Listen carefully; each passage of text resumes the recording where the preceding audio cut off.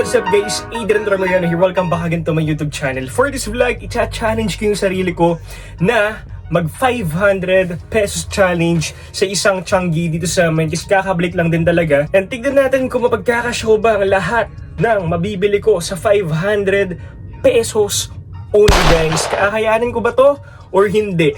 Tara, samahan nyo ako. Let's go! So yun guys, napunta na tayo dito sa Changi. Ayan, mahaba-haba to.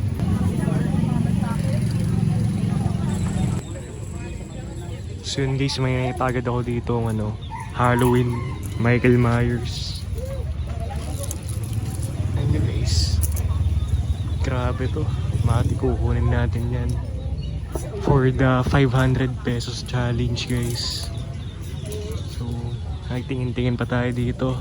Ganda na ito ah.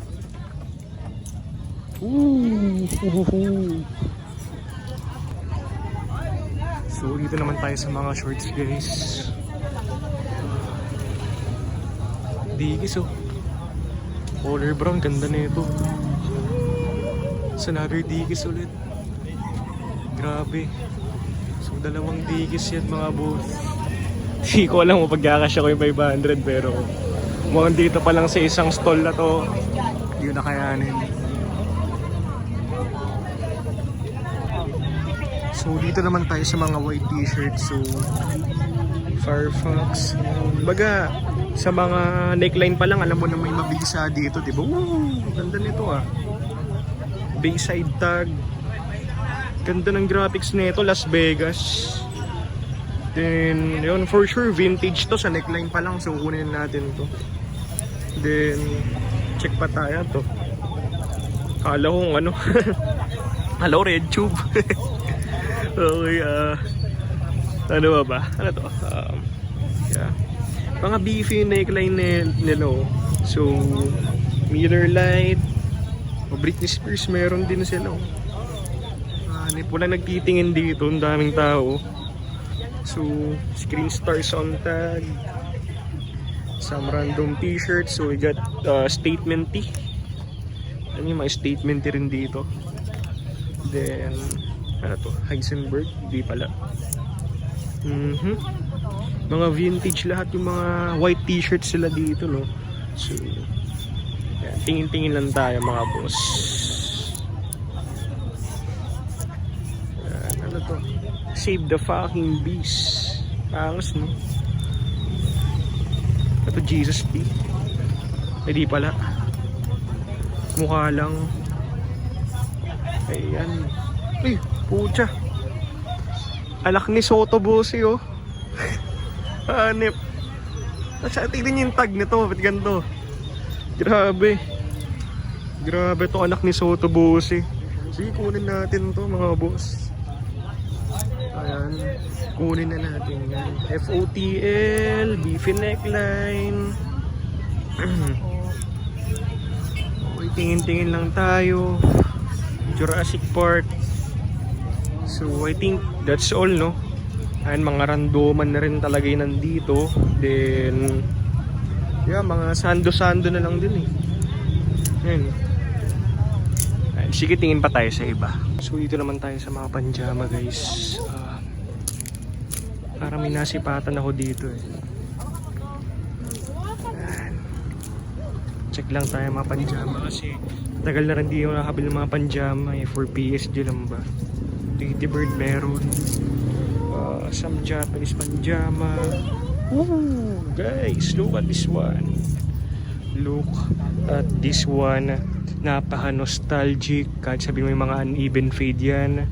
Pero yung mga nag-glow pa yung mga buttons guys. Hindi sumunta ako dito sa likod. Ayan, may nakita ako ditong Adidas. So, yun nga, nag-walking din kasi ako. So, Lay makul pa, ang ganda ng postura nito. Tsaka ang lakas ng dating, may 3 stripes sa shoulder.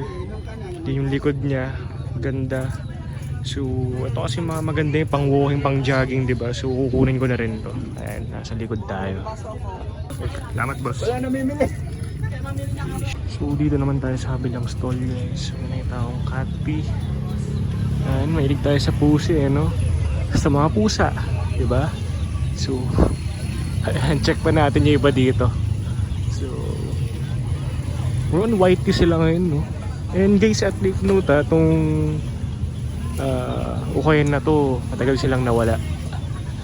So, ayan. Check lang tayo kung ano. Ang ganda na ito, vintage, oh. Single stitch. Then, tingin pa tayo. Sige, ano meron dito? Ganda na ito. Madaming mga iba't ibang uri ng ano, no, breed, no, ng aso na may mga ganitong damit. So, pucha, all sport on tag. Hindi, Lee on tag, no, grabe, kunin natin yan. Matic yan, guys. Sikitin pa tayo dito. May mga white t-shirt din sila dito.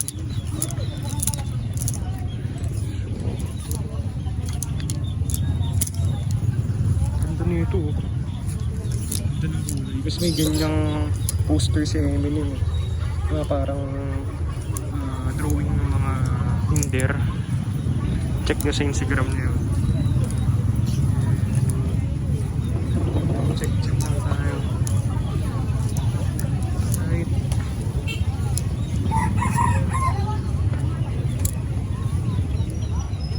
Ganda na ito, champion. Ito.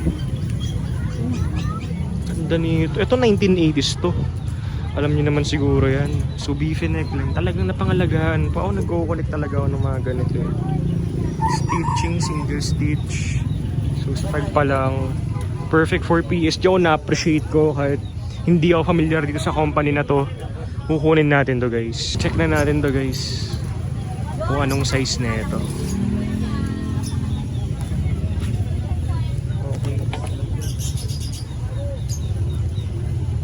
Size large pa. Ganda pa ng condition, oh. Panalo, mga boss. Dated kaya.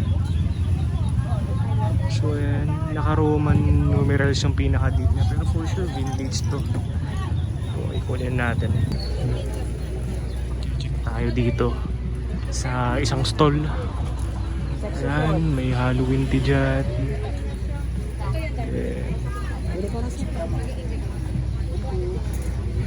Ganda nito, ah. Okay, tignan nyo. Ish. Simple yan yung harap pero panalo, no? Ay, kukunin natin yan, sige. Ay, kukulan tayo ng panungkit. So yung guys, doon na yung t-shirt. FOT along tag. Yes more. Baga, sige pa daw, diba? Lalaki, grabe, ang ganda. Dead stock pa. So yun guys, another stall. Another pagkakataon. Ganda na ito. Ayun po. Mura ibigay sa atin. Check pa tayo. Wala na akong cash kasi 500 lang talaga dinala ko. Pero try natin mag Gcash. So di na talaga natin na tuloy yung 500 pesos challenge yan. Pero still, madami mo naman ako na still, guys. So, yun. So, yun guys, may nakita tayo dito. Tie-dye. Dalawa 150 daw kasi. So, wala ko pa magtingin pa ng iba. So, ito meron din dito. Horror tea. Black Matters. So, pinag-iisipan ko ano yung iaaspa ko dun sa tawag dito. Sa bumbero tin na yun. So ganda rin naman na ito. Lalo rin. So, bahala na. So yun guys, ako uwi na nga ako. Pakita ko lang sa inyo yung mga items na napamili natin. Let's go! So I got 4 pieces plastic bags of ukay here. As you can see, dami kong nakuha. Isa lang ang reason doon guys, new arrival halos lahat ng vendor doon sa Changi na yon. And nakakasakaya tayo sa 500 pesos challenge. Well, tara, tignan natin yan. So, unahin ko na itong isang plastic. So, we got, guys, kilala nyo na to sa mga nanonood ng live selling natin. We got here is this one, Quentin. And I walk in memory of Quentin, guys. And hard tag siya ng di ako familiar, randoman to na manatawag. So, eto guys, sabili ko to ng 80 pesos. So, not bad, no? Pangsama lang natin sa live natin. Then next, may nakuha tayong dog tea. So, ito yung isa sa mga mabisa na nakuha ko. So, I got this for only 120 pesos. Then, Leon tag. Size large pa.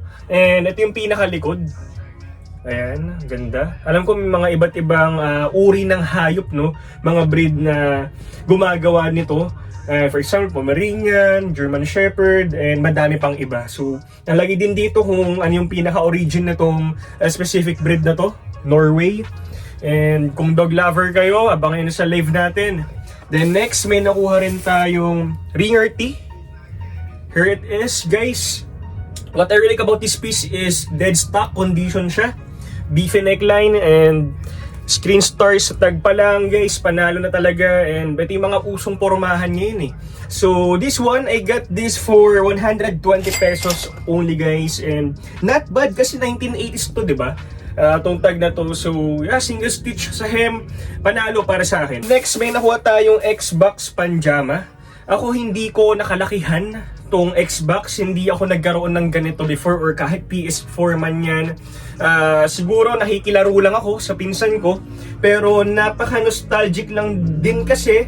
Gaya nga sabi ko siya, nakikilaro sa pinsan ko. And ang ganda kasi ng design niya. Nakalagay sa remember, it's only a game. Ayan, ganda no? Then para nag-glow pa yung mga buttons niya. Then, hard tag ng Xbox 360, official license, guys. So, I got this for only 80 pesos, guys, no? And not bad for 80 pesos, guys. Kasi, nostalgic talaga siya. And, guys, abangan nyo sa live ko to. Next plastic, guys, we got here is this one. Okay, ito yung Michael Myers, guys. So, ito yung pinakaharap niya. On the official Riot Society. Ayan yung pinaka-tag. Then, here is the bucket, guys. Look at that bucket, guys. Diba, laki ng print. Good size medium lang, pero ako na-appreciate ko eh. Kung medium size kayo pa yung sa live ko to. And I got this for only 120 pesos. So, napansin nyo guys, no? 120 pesos halos lahat ng mga items na pamili ko kasi new arrival nga mga boss. So, yun, abangan nyo. Next, may nakuha rin tayong Adidas na t-shirt. Ito guys, yung nasa pinakadulo, talagang kinahanap-hanap ko lang din talaga. And sakto, nagwo-walking ako, nagja-jogging ako. So, ayun, magagamit natin. Then guys, kung pupunta kasi sa Adidas store or mapa-outlet man yan, talagang matataas yung mga items sila, diba? So, ayan yung pinaka-neckline and Adidas official on tag with size large. So, ang ganda ng 3 stripes dyan sa shoulder. Then ito yung pinaka-back hit, no? And unusual color kasi, no? Kasi kadalasan ang ginagamit is color white, color black. So, not bad, guys. And I got this for only 120 pesos din. So, Matic PSG to. Next one we got here is this one. Alright. Ito yung sock on this. Grabe yung graphics nito. Check nyo yung details. Pero yung pagkakatayday niya yung pumuho ng attention ko eh. So, on Linda Fine Gold on tag, ASOS Live Forever. And size large to, ito yung pinaka-back hit. Ganda na pagkakatayday na ito. Perfect kayong magsa-summer, no? Talagang presko kasi talaga yung damit and yung kulay niya. Mga boss, napaka-presko niyan. So, I got this for only 125 pesos. So, 150 kasi dalawa. So, ayun, divide na natin. 125. Then, yung kasama nito is this one. Ito na, siguro ang carte na nakuha ko sa ukayan na yun. Okay, in loving memory of William Moon. So, dedication pala ito, no? Or dinedicate mga bossing sa isang siguro factory owner or company owner, guys. So, na Gildan on tag, size large. Then, ito yung pinaka-back hit. And I got this for only 125 pesos, guys. So, not bad for to, no? And ang ganda kasi ng graphics eh. Ako, hindi lang naman ako nagfo-focus sa NASCAR, sa mga GDM cars. Ako, I also appreciate this graphics, guys, no? Mga bayani kung mga to eh, no? And so, for me, panalo to and abangan nyo sa live natin. And last but not the least, guys, is this one. Okay? Unahin na muna natin tong Dickies shorts, guys. So, as you can see dun sa vlog natin kanina, sobrang daming Dickies sa labas ng isang vendor doon. So, ito lang yung kinuha ko kasi dito lang ako nagandahan talaga. Although malaki yung waistline niya, hindi rin talaga pasok saan. Siguro nasa ano to, 36 yung waistline.